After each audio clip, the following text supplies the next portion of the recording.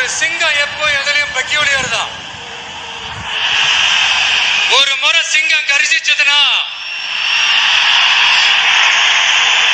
அந்த சவுண்ட்ல ஒரு 8 கிலோமீட்டருக்கு சும்மா அதிரும், எல்லா திசைகளும் அதிரும்.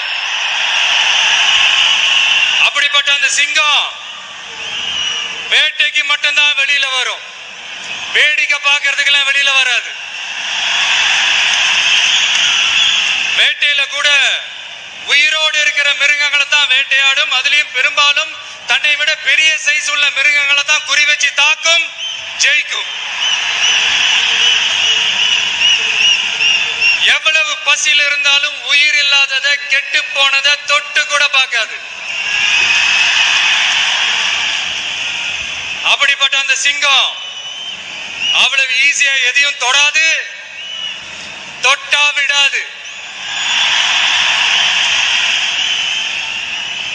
காட்டோட 4 பக்கமும் மார்க்கிங் மை டெரிட்டரின்னு தன்னுடைய பவுண்டரியை தானே வகுக்கும். அப்படிதான் அந்த காட்டையை தன்னோட கண்ட்ரோல்ல வச்சிருக்கும். சிங்கத்துக்கு கூட்டத்தோட இருக்கிறதுக்கும் தெரியும், தனியா இருக்கிறதுக்கும் தெரியும். அப்படியே தனியா வரணும்னு நினைச்சாலும் அஞ்சாம அலட்டிக்காம சும்மா கெத்தா தனியா வந்து அத்தனை பேருக்கும் தண்ணி காட்டும். எப்போ எதிரையும் தன்னோட தனித்தன்மை இழக்கவே இழக்காது. Yes, a lion is always a lion.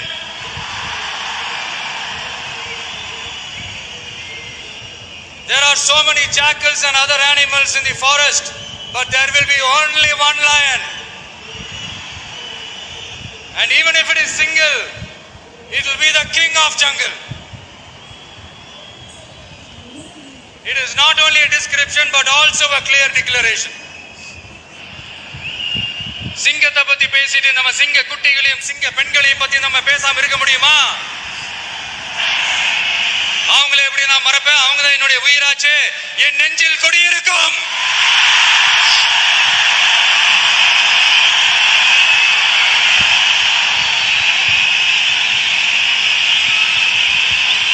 என்னுடைய தோழர்களுக்கும் தோழிகளுக்கும் யாருக்கும் அடங்காத காளைகள் விளையாடுற அலங்காநல்லூர் ஜல்லிக்கட்டு தான். நம்ம வைகை ஆறுதான் அழகர் ஆத்துல இறங்குற வைபவம். மதுரை மீனாட்சி அம்மன் இந்த மண்ணோட உண்மையான குணம், உணர்வு பூர்வமான மண் இது. அது மட்டும் இல்ல, இந்த மண்ணில் வாழ்ற மக்களும் அப்படித்தான் உணர்வு பூர்வமான ஆளுங்க. நான் இந்த மண்ணில் கால் எடுத்து வச்ச உடனே ஒரே ஒருத்தரை பத்தி தான் மனசுக்குள்ள ஓடிக்கிட்டே இருந்தது. அவர் யாருன்னு உங்களுக்கும் தெரிஞ்சிருக்கும். சினிமானாலும் சரி, அரசியல்னாலும் சரி, நமக்கு ரொம்ப ரொம்ப பிடிச்சது புரட்சி தலைவர் எம்ஜிஆர் அவர்கள் தான். அவரோட பழகிறதுக்கு எனக்கு வாய்ப்பு கிடைக்கல. ஆனா அவரை மாதிரியே குணம் கொண்ட என்னுடைய அண்ணன் புரட்சி கலைஞர் கேப்டன் விஜயகாந்த் அவர்களோட பழகிறதுக்கு எனக்கு நிறையவே வாய்ப்பு கிடைச்சது. அவரும் இந்த மதுரை மண்ணை சேர்ந்தவர் தானே, அவரை மறக்க முடியுமா? தமிழ்நாட்டு மக்கள் உணர்வுபூர்வமா உண்மையா நம்ம பக்கத்திலே நிக்கிறவங்க, அதுக்கு ஒரு மிகப்பெரிய அடையாளம் தான் இந்த மதுரை மண். நம்ம தமிழக வெற்றி கழகம் கையில் எடுத்திருக்கிற அரசியலும் அப்படித்தான். உண்மையான அரசியல், உணர்வு பூர்வமான அரசியல், நல்ல அரசியல், நல்லவங்களுக்கான அரசியல், நாட்டு மக்களுக்கான அரசியல், நல்லது மட்டுமே செய்கிற அரசியல்.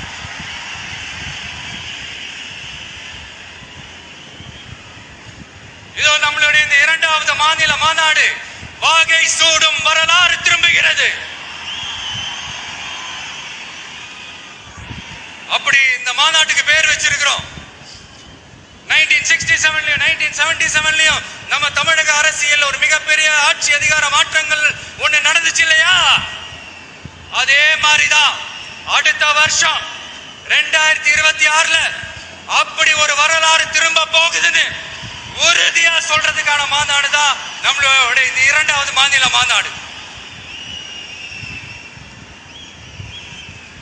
விக்கிரவாண்டி விசாலையில நம்மளுடைய ஃபர்ஸ்ட் மாநாடு நடந்துச்சு. நமக்கு எதிராக எத்தனை குரல்கள். ஆனா உங்களுக்கு தான் நம்மளை பத்தி நல்லா தெரியுமே.